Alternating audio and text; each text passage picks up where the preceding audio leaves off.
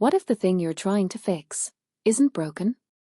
What if your flaws aren't flaws, but fingerprints of your journey? What if it's those imperfections that makes you stand out of the crowd? What if it's perfectly fine to be imperfect? Isn't that makes us human?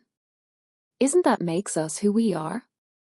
This is a story about letting go of perfection and discovering that real growth begins when we stop trying to be flawless. Viraj was always the neat notebook kid. In school, his books had no margin errors, no scratched out lines. His handwriting was art. His projects were laminated. He was proud of being perfect and scared of slipping. In college, it continued. Viraj wouldn't share a design unless it was pixel perfect. He wouldn't submit an assignment until it had been edited 20 times. And if he stumbled while speaking, he'd rehearse that sentence over and over before sleeping. To the outside world, he looked put together. But inside, he was exhausted. One day, in his final semester, Viraj had to give a presentation for a major project. He rehearsed endlessly. Prepared animations, backup slides, scripts. But minutes before the presentation, his laptop crashed. No backup drive. No script. Just a half-working projector and a dead screen. He panicked. His hands shook. His perfection shattered. But the clock was ticking. The room was full. The professor called his name. Viraj stepped up.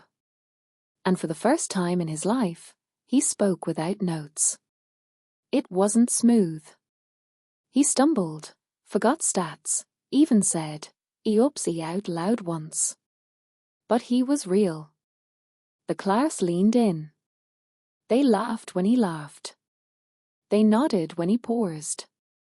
It wasn't flawless. It was human. And it worked. Later that evening, his professor told him something he'd never forget. "Viraj, that was the most engaging presentation I've seen from you. Not perfect, but powerful." That night, Viraj sat with a truth he'd been avoiding his whole life. Perfection wasn't connection. It was protection. He had been using perfection as a shield, to avoid judgment, failure, even intimacy. But what it was actually doing was disconnecting him from life. Over the next few months, Viraj changed small things. He posted designs even if one line was off-center. He recorded voice notes with the and all. He shared vulnerable moments in his blog, typos and truth included. And something magical happened. People related to him more. Opportunities increased, not decreased. His mental health improved. He was still intentional, but not obsessive. Still thoughtful, but not paralyzed by the fear of flaws. Viraj had stopped trying to be perfect and had started being real. So, here's a thought for you. What if your imperfections are not mistakes, but mirrors that show the world who you really are? What are you holding back, just because it's not perfect yet? That poem. That message. That version of you. Perfection is not the price of entry for worth. Your story, as it is enough to begin. In the rushing world, thanks for slowing down. This is ZelfView, your reflective mirror.